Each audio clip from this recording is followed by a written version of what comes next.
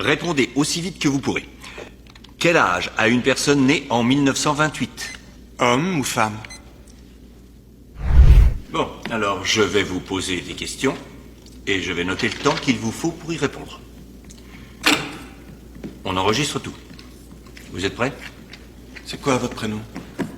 Je m'appelle Bob. Bonjour. Envoyez, Bob. Très bien. Citez-moi les noms de mammifères. Attention, vous avez 60 secondes. Prêt? Allez-y. 60 secondes. Bon, je vais les classer par ordre alphabétique. Âne, babouin, caribou, dauphin, éléphant, fox terrier, gorille, hyène, impala, jaguar, kangourou, licorne, mammouth, nigo, oslo, panda, renard, souris, tigre, urus, vison, wapiti, yak, zèbre. Le wapiti est un cousin du cerf, l'impala un cousin de l'antilope. La licorne un animal mythique et le mammouth préhistorique. Mais vous n'avez pas demandé de précision, hein, Bob?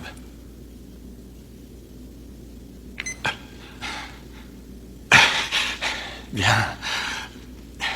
J'essaierai d'être un petit peu plus précis. Prêt pour la suivante? Envoyez. Répondez aussi vite que vous pourrez. Quel âge a une personne née en 1928? Homme ou femme? Pourquoi? De la précision, Bob. D'accord, bon, je reprends. Quel âge a un individu de sexe masculin né en 1928? Encore vivant? Un individu de sexe masculin né en 1928 qui est toujours en vie. Quel âge a-t-il aujourd'hui? Quel mois?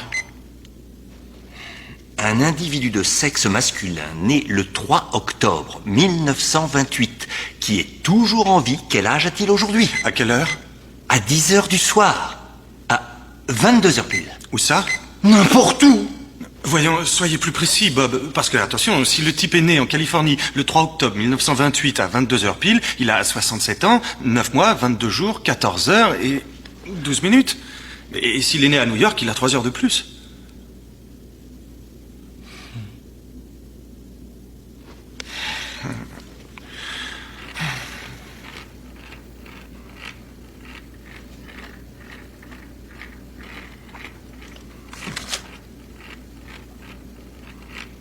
Comment vous faites ça?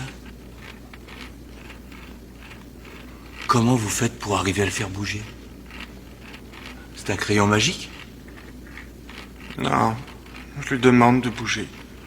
Je pourrais dire que je l'exige, en fait, mais ça voudrait dire que je peux le commander. Alors que c'est plutôt une collaboration, un travail d'équipe. Un travail d'équipe? Avec votre crayon? Pourquoi pas? Nous sommes tous faits de la même nature, après tout. De bois? D'énergie, Bob. Vous savez, les petites particules.